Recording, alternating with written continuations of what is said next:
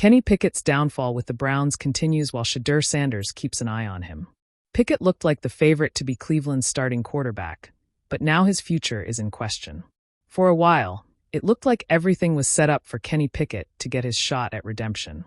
Having signed with the Cleveland Browns in free agency, Pickett held off the likes of Joe Flacco, Dillon Gabriel, and Shedeur Sanders for much of the summer. But then the injury bug hit hard. A hamstring injury as July neared its end halted his momentum and put him on the back burner up until now. Since then, Pickett has watched from the sidelines as the rookies did well in their Browns debuts, and Flacco was named the team's starting quarterback for the regular season. Pickett really only has one chance left to impress head coach Kevin Stefanski and gain some ground on Flacco before Week 1. But that opportunity is now shut. Pickett likely would have hoped to play in the final preseason game and put some great stuff on tape for the coaching staff. That won't happen, though. Pickett has already been ruled out for the upcoming game, meaning he will have missed every single preseason contest. What makes matters worse for Pickett is that Sanders should be back from injury for the game. Sanders and Gabriel will get yet another chance to show off how much they've developed by playing in the game. That could put Pickett's Browns' future in question. If the rookies look ready to be backups for Flacco, then Stefanski and the front office could opt to trade away Pickett for some type of compensation. Keeping 4 quarterbacks on the roster never felt very plausible, and this could be the excuse the team needed to ship one of them away.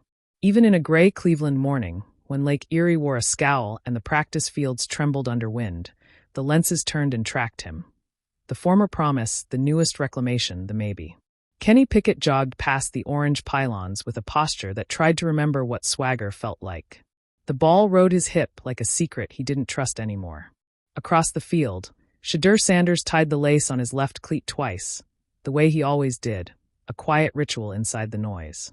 He watched without staring. That was the trick, quarterback surveillance. You learn a man by the way he warms up. If he's late with his wrist, if he blinks after a miss, if he checks the sideline for absolution. Shedeur had made a study of ghosts. He was determined not to become one. Eyes up, the QB coach called. Openers. Kenny's first rep was a 12-yard speed out to the right hash. Simple, scripted. He hitched, shuffled, and the ball slashed low, catchable but mean. The receiver double-tapped the turf to keep it off the grass and barked a laugh that sounded like he was shaking off rain. Shedeur's first rep hummed. He made the same throw with a clean shoulder and a finish toward the target, like he was signing his name and proud of the penmanship. The sound of the ball was different. Not louder, truer. The downfall never happens in one play.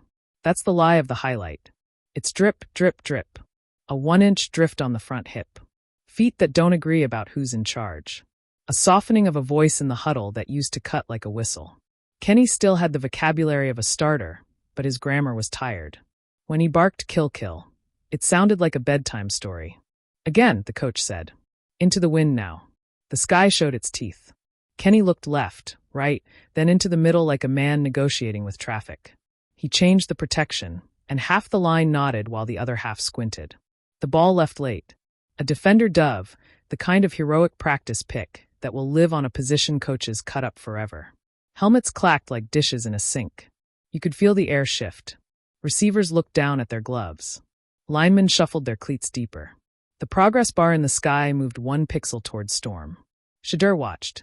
Not gloating, not grim. Cataloging. He'd been taught that the league is a museum of details and your career is a guided tour for the attentive. He wasn't here to haunt Kenny. He was here to study the map of the trap. When it was his turn for the same concept, scat left, seam read, alert glance, he stepped into the pocket like a dancer who trusted the floor. He gave the safety a shoulder shrug that might as well have been a smirk, then dropped the ball over the mic's ear into the seam, where only courage and planning could catch it. The receiver didn't have to jump. He simply kept running with the ball whispering to his chest. Good, said the coach. He didn't say it loud, but everyone heard it. On the next period, blitz pickup, the Browns sent pressure from the boundary. Kenny saw it too late and climbed into a ghost alley where no help waited. The rep whistled dead. He tapped his chest 3 times, his helmet tilted down as if apologizing to the grass.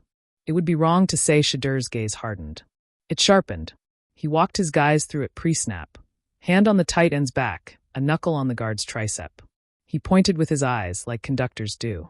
When the boundary nickel came, he moved the back across the formation early. Telegraphing? Maybe, But then he throttled the cadence, waited for the nickel to flinch just enough, and snapped. The edge rusher stumbled on the timing. The back met the nickel like a doorstop meets a door. Shedeur slid, climbed, and delivered a slant that turned into a runway. "Again," said the coach, but this time it sounded like a smile. "There's a mythology in football. That swagger fixes everything. That grit is a grease trap. That desire can outrun decline." Kenny had been a hero in a different chapter.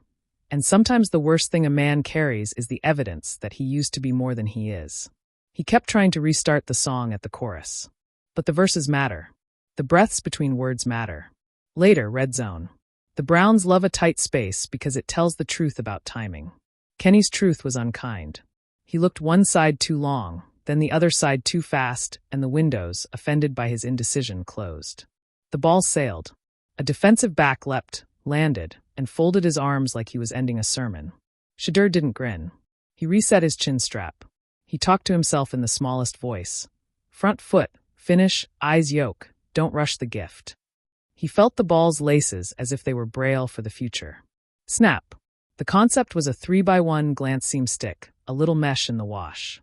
He held the safety with a blink, then made the throw you only get to make if the room trusts you. Low and away, a point guard's bounce pass disguised as a laser. 6. Reporters at the fence scribbled what they could. They prefer tidy stories. A downfall here, a coronation there. But what was happening felt more like erosion and architecture. Kenny was being weathered. Shedeur was building something. In the locker room, Kenny tugged at his gloves like they'd lied to him. He kept repeating, it was there, as if saying it made it count. He told a teammate he just needed one clean day, the gambler's promise. When he looked into his locker, the metal seemed to be holding its breath. Shedeur sat 2 rows over, headphones off. He didn't want music muffling the memory. He wrote 3 lines in a small spiral notebook he carried since college. Clarity is a kindness to your line. Ball has to leave on time even if you don't feel perfect. Respect the wind, but don't apologize to it.